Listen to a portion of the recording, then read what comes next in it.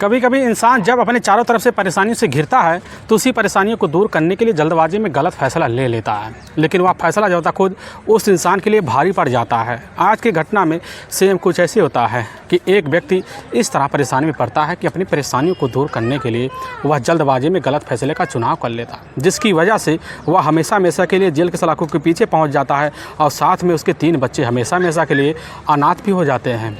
आज की घटना में क्या हुआ, आज की घटना की आप पूरी तह तक सच्चाई जानने के लिए इस वीडियो को आप लास्ट तक जरूर देखिएगा। नमस्कार दोस्तों, मैं प्रदीप कुमार आपको इस टेढ़ी बात चैनल पे मैं स्वागत करता हूं।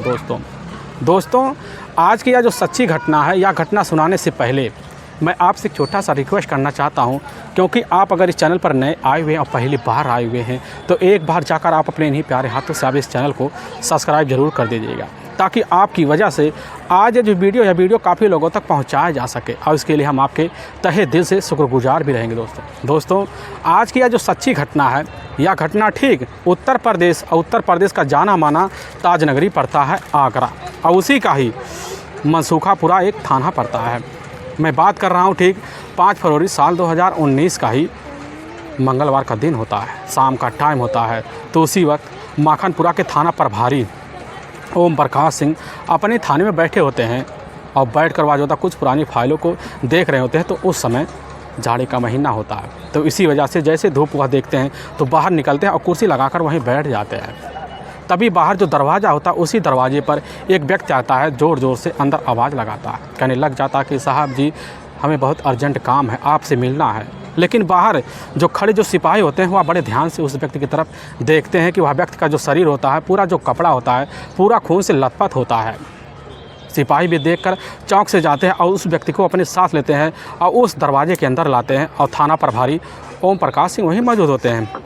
लेकिन व्यक्ति की जो हालत देखते हैं और अवस्था देखते हैं, समझ जाते हैं कि जरूर यह व्यक्ति किसी बड़े अपराध की तरफ बढ़ चुका है। उस व्यक्ति को अपने पास बैठाते हैं। वह व्यक्ति यहाँ पे डॉक्टर कहने लग जाता है कि साहब हमारा नाम है ऋषि तोमर, जो हम इसी बड़पुरा के रहने वाले हैं। साहब हमने अपने पत्नी लक्ष्मी और साथ में उसी का एक अपना आशिक है दीपक का, दोनों को अपने इन्हीं हाथों से बेरहम तरीके से हत्या करके फर्श पर सुला के यहीं पर चले आए हैं। और थाना प्रभारी ओम प्रकाश सिंह जैसी आप बात सुनने के बाद वह तो एकदम से चौंक जाते हैं। साथ में जितने भी खड़े इर्द के सिपाही होते हैं वह भी चौंक जाते हैं, ना कुछ सोच पाते हैं ना कुछ समझ पाते हैं। और पुलिस की टीम वहाँ इशारा पाती है, पाने के बाद तुरंत बिना टाइम लगाए इधर ऋषि तोमर को अपने कटोरे में लेती है और साथ में कुछ लिखित तहरीर भी लेती है, डायरी नोट करती है। नोट करने के बाद अपनी जिप्सी लेती है, लगभग कुछ ही मिनट के अंदर जो होता है बाड़पुरा गाँव में पहुँचती है। लेकिन जैसे ही पुलिस की जिप्सी बाड़पुरा गांव में घुसती है तो बाड़पुरा के गांव के जो लोग होते हैं देखकर एकदम से चौंक जाते हैं कि आखिर में ऋषि तोमर के घर में पुलिस किस लिए जा रही है।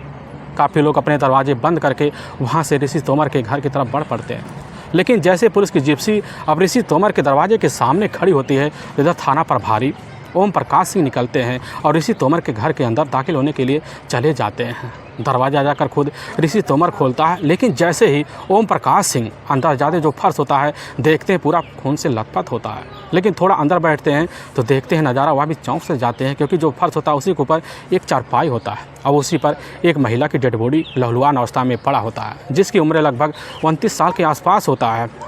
ऋषि तोमर की इस हालत को देखकर वह भी समझ जाते हैं कि ज़रूर मामला गंभीर हुआ था।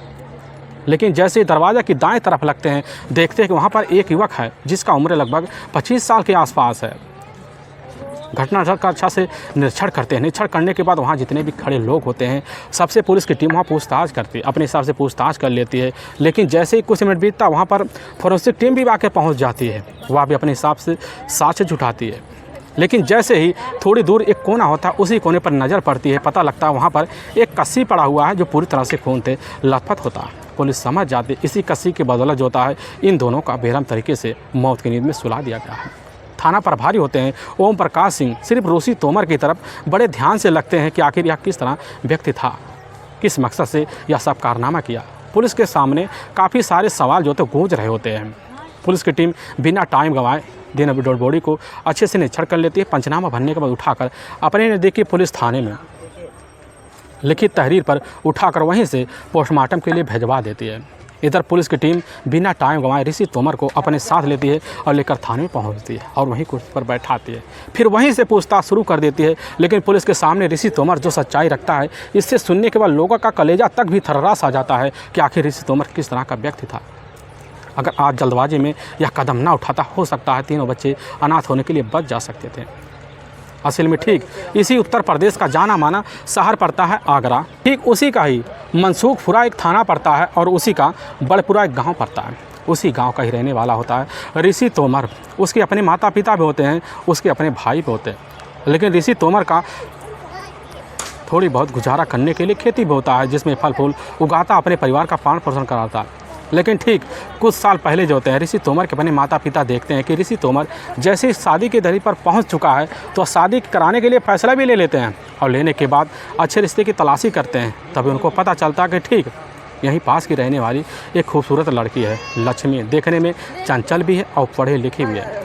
हिसाब से रिश्ते की तलाशी करते हैं और लक्ष्मी के साथ इधर ऋषि तोमर का रिश्ता भी तय कर देते हैं और बड़े तरीके से शादी भी हो जाती है। और ऋषि तोमर के साथ लक्ष्मी अपने ससुराल आती है और अपने पति और वहाँ के सास ससुर का चाल स्वभाव देखकर बड़ी खुश हो जाती है। बड़ी खूबसूरत ज़िंदगी अपने आप को समझना शुरू कर देती है। लेकिन जैसे ही शादी के कुछ दिन बीतते हैं, लक्ष्मी को कुछ भनक लग जाता कि हमारे पति के अंदर वह खामी नहीं है जो हर पति के अंदर होना चाहिए। क्योंकि लक्ष्मी के मुताबिक उसका जो अपना पति होता पढ़ा लिखा ना होकर सिर्फ खेती में गृहस्थी में उलझा हुआ पड़ा होता है। लेकिन लक्ष्मी जो होती है उससे पढ़ने में भी तेज तर्रार थी और चाल स्वभाव में तेज तर्रार थी।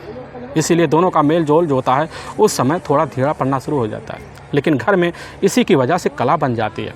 लेकिन ज़िंदगी ऐसे तैसे चलने लग जाती है और चलने वजह से जो होता है इधर ऋषि तोमर और अपनी पत्नी लक्ष्मी को लेता है। लेने के बाद ठीक उसी मखनपुरा के ही जो बाढ़पुर इलाका पड़ता है उसी जाकर एक नया कमरा किराए पर लेता है और वहीं पर रहने लग जाता है।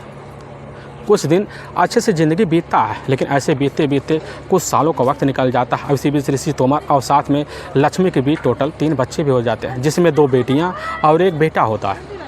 खूबसूरत ज़िंदगी बिताने लग जाते हैं। लेकिन ऋषि तोमर को लगने लगता है कि अब तो हमारे पारिवारिक खर्चा बढ़ रहा है, अब पारिवारिक खर्चा कैसे चलेगा। इसलिए घर गृहस्थी में जो होता है खेती खाड़ी से काम चलने वाला नहीं है। और ऋषि तोमर फैसला लेता है, इसी वजह से अपने कुछ दोस्तों को साथ लेता और साथ लेकर दिल्ली कमाने के लिए निकल जाता है और कमाने लग जाता है। जाकर एक कंपनी में जॉब कर लेता है, वहाँ से ठीक ठाक पैसे भी मिल जाते हैं और पैसे की बदौलत होता है उसके 3 बच्चों का साथ में उसका पालन पोषण हो जाता है। बड़ी बेहतर तरीके से ऋषि तोमर और लक्ष्मी का पारिवारिक खर्चा चल पाता था। वक्त गुजरने लग जाता है, लेकिन जब गुजरने लग जाता है लक्ष्मी अपने ससुराल में रहने के लिए जो होता है राज़ी नहीं होती, जिसकी वजह से अपने सास ससुर से झगड़े तकरार जब करती भी तो खुद अपने मायके चली जाती।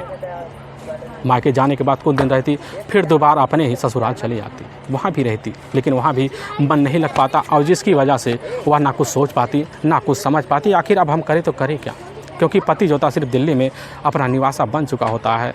ना ध्यान देकर इधर लक्ष्मी अपने मन मुताबिक ज़िंदगी जीना शुरू कर देते हैं। लेकिन जब लक्ष्मी को लगने लगता है कि 3 बच्चों को साथ रहकर हमारी ज़िंदगी नहीं चलने वाली है, तो लक्ष्मी खुद अपने एक बेटे और साथ में एक बेटी को उठाकर उसके अपने दादा दादी के पास, जो राजस्थान के बाड़मेर में ही रहने वाले होते हैं, वहीं पर भिजवा देते। और लक्ष्मी सिर्फ अपनी बेटी के साथ वहीं अपने ससुराल में रहने लग जाती। लेकिन जब मौका मिलता तो खुद अपने मौका निकाल कर अपने मायके में पहुंच जाती है।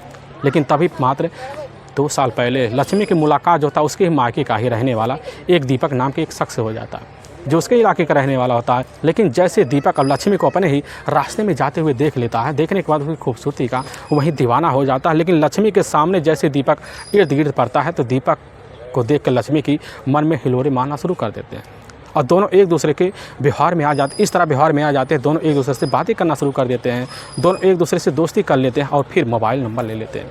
और मोबाइल के थ्रू दोनों का लगभग महीनों बातें शुरू हो जाते हैं। लेकिन जब तक एक रात लक्ष्मी ना बात कर लेती और जब तक एक रात दीपक ना बात कर लेता, तब तक ना लक्ष्मी को रहाइश होता ना इधर दीपक को रहाइश होता।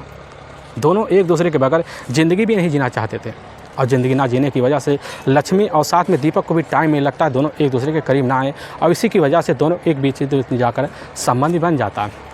इधर लक्ष्मी अपने ससुराल रहती, ससुराल रहने के बाद कुछ दिन मन ना लगता, दीपक से मिलने के लिए अपने मायके चली जाती, सिर्फ वही छोटी बच्ची को लेकर अपने रिश्ते को अंजाम देती। और यह सिलसिला लगभग चलते चलते पूरा का पूरा 2 साल वक्त निकलने का हो जाता है। लेकिन इसी बीच इसकी जो भनक होती है कहीं किसी को नहीं लग पाता। लक्ष्मी अपने मन मुताबिक अपनी ज़िंदगी जी लेती है। लेकिन तभी इसके जो खबर होता है या खबर आस पड़ोस के कानों में पहुंचना शुरू हो जाता है। और इसी पहुंचने की वजह से यह जाकर दिल्ली में कमाता हुआ जो व्यक्ति होता है ऋषि तोमर को लग जाता। और ऋषि तोमर जब सुनता है तो अपने पड़ोसियों की बात पे विश्वास नहीं करता, क्योंकि उसको यकीन होता कि हमारी जो पत्नी है काफ़ी स्वच्छ स्वभाव की है, वो अपने काम से सिर्फ मतलब रखती है, ना किसी की तू तड़ाका तक नहीं कि आखिर वहाँ लक्ष्मी कैसे हो सकती है। लेकिन इधर परिवार में अपनी ज़िंदगी अपने हिसाब से जो था ऋषि तोमर चलाना चाहता था, इसलिए परिवार से कलह नहीं करवाना चाहता, वह चुप था। लेकिन जैसे ही को दिन बीता है, दोबारा ऋषि तोमर के पास खबर पहुंचता है। ऋषि तोमर को तो विश्वास नहीं होता है, लेकिन इधर दोनों तरफ लक्ष्मी और साथ में दीपक बेहतर तरीके से अपनी ज़िंदगी अपने रिश्ते को अंजाम दे रहे होते हैं। लेकिन जब भी मौका लक्ष्मी पाती तो अपने ससुराल में इधर दीपक को बुला लिया करती थी, फिर वहीं अपने रिश्ते को अंजाम दे जाती। यह रिश्ता हर बार चलने लग जाता है। चलते चलते कई महीने बीत जाता है, लेकिन इसकी खबर खुद जाकर लक्ष्मी के अपने ससुर को लग जाता। और लगने के बाद भी जब समझाते बुझाते लक्ष्मी नहीं मानती, अपने हिसाब से अपनी ज़िंदगी जी रही होती है। लेकिन तभी 4 फरवरी साल 2019 का ही वक्त होता है। तो उसी दिन इधर ऋषि तोमर जो होता है दिल्ली से अपने गांव चला आता है। आने के बाद वहाँ रहता है, लेकिन जैसे पड़ोसी के पास पहुँचता है उसको एक एक बात बता देते हैं, लेकिन दीपक तोमर जो होता है उनकी बात पर विश्वास ना करता। अब ऋषि तोमर यही सोच लेता है कि आखिर जो सच्चाई वह सच्चाई को हम जाने कैसे, इसीलिए एक चाल चलता है। और इसी चाल के तहत वह खुद जो होता है अपनी पत्नी लक्ष्मी के पास जाता और इस बात की जिक्र करता है। लेकिन जैसे लक्ष्मी इस बात की जिक्र को सुनती है कि दीपक का नाम लिया जा रहा है, तो लक्ष्मी चौक से जाती कहने लग जाती है कि ऐसा हमारे और दीपक के बीच कुछ नहीं है, वह रिश्ते में तो हमारा दूर का भाई लगता, आखिर उसके साथ हम कैसा कर सकते हैं। यह बात भी ऋषि तोमर सुनता, वह भी सनक सा रह जाता, कहने लग जाता कि जो बात हमारे कान में पहुंचती है आखिर उसमें कितनी सच्चाई हो सकती है। यकीन तो नहीं होता, लेकिन अपनी पत्नी के सामने बार बार दीपक का नाम का जिक्र करता, जिसकी वजह से उसी बीच झगड़े तकरार हो जाते। झगड़े तकरार जो सिलसिला होता है उस दिन तो कई बार होते हैं। हर ऋषि तोमर को भी यकीन हो जाता कि ज़रूर हमारी पत्नी हमारी कुछ रहस्य छुपा रही है।